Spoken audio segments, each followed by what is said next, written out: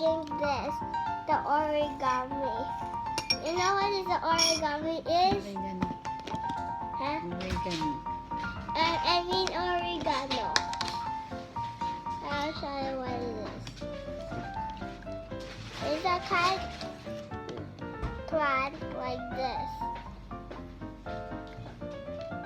How to make this is water, boil the water in a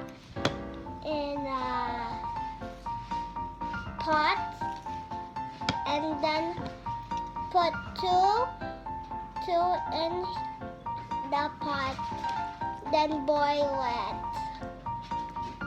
Then you can put it in here. So you wonder why I'm drinking this, because I'm a little bit sick. Because I'm coughing. Huh? You can take 2 scoops or 3 scoops or 4 scoops. Or more. Or more. Or just drink like this. Okay. So today I'm gonna what it called tea. It's like medicine tea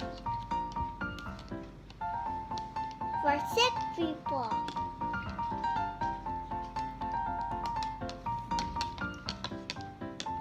I'm gonna stir it.